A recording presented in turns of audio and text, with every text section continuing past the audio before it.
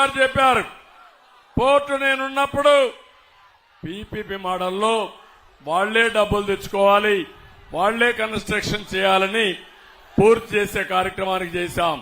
మనం ఉంటే వచ్చేది. ఇప్పుడు ఈపీసీ అని అతన్ని క్యాన్సిల్ చేసి మళ్ళా లంచాల కోసం పోర్టును కూడా మార్చిన దుర్మార్గుడి జగన్మోహన్ రెడ్డి.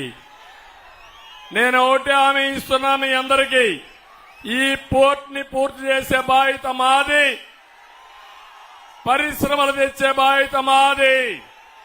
తమిళలో ఒక విషయం అడుగుతున్నా, జాబు రావాలంటే కూటమి రావాలి, అవునా కాదా?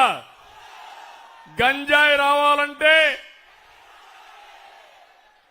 గంజాయి కావాలన్నా జాబు కావాలన్నా మీకు? అందుకే మీ అందరికీ హామీ ఇస్తున్నాం, ఈ జిల్లాలో ఏ ప్రాంతానికి లేనటువంటి ఉద్యోగ కల్పన అవకాశం ఈ బందర్ నగరానికి ఉంది. బందరికి మళ్లీ పూర్వ వైభవం వస్తుంది. అభివృద్ధి చేసింది తెలుగుదేశం పార్టీ, మళ్లీ పూర్వ వైభవం తీసుకొచ్చే బాధ్యత మాదని మీ అందరికీ హామీ ఇస్తున్నా.